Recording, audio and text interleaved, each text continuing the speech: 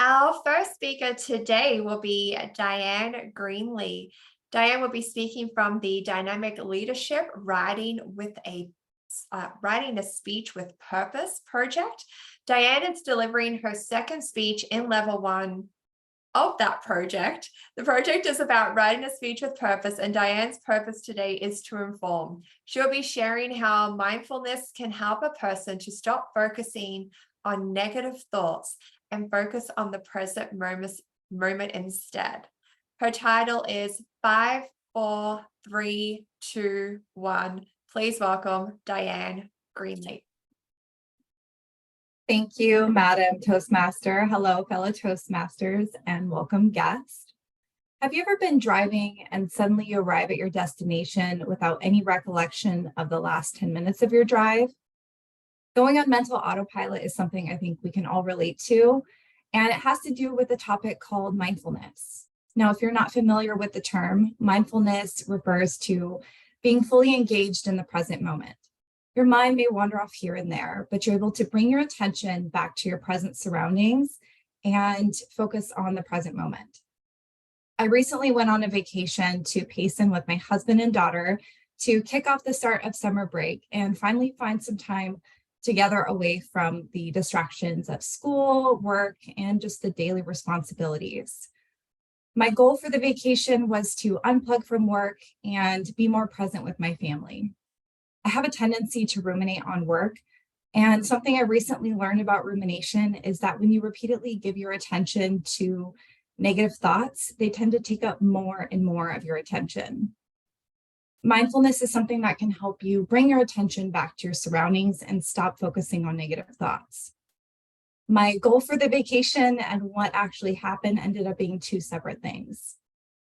A few days before I went on the vacation, I found out that I was not selected for a promotion I had applied for. The team had decided to go with a different candidate, and I was understandably upset about it.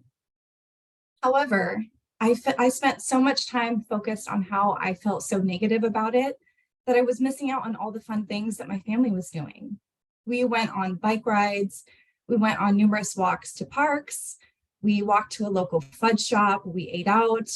We ate outside, which is a big deal. And while I enjoyed all those experiences, I didn't feel fully connected to them because in the back of my mind, I was so focused on my negative feelings about not getting the promotion.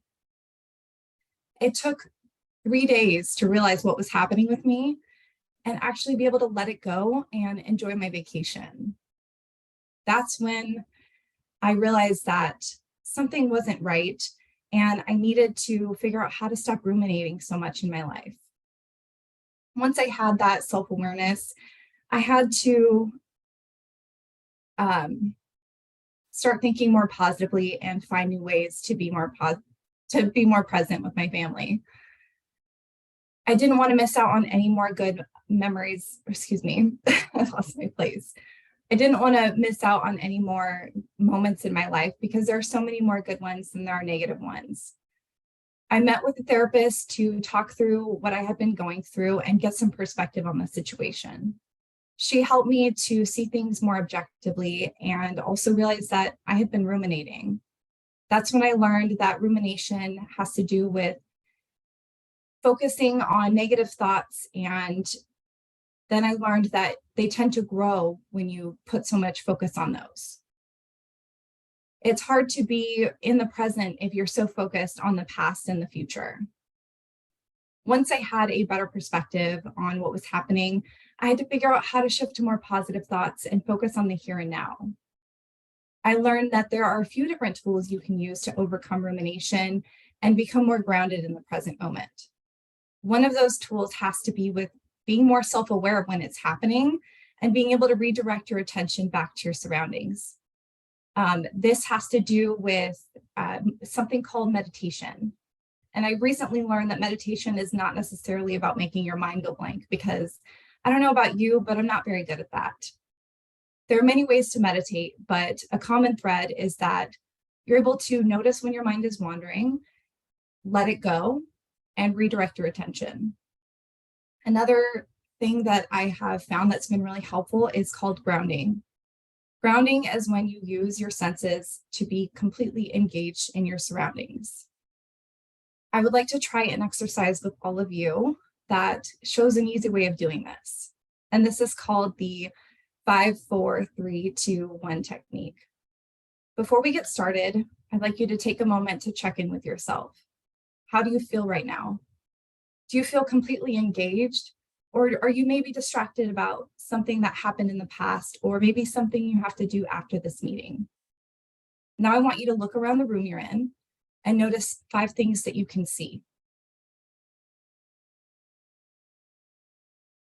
Now I want you to notice 4 things that you can feel.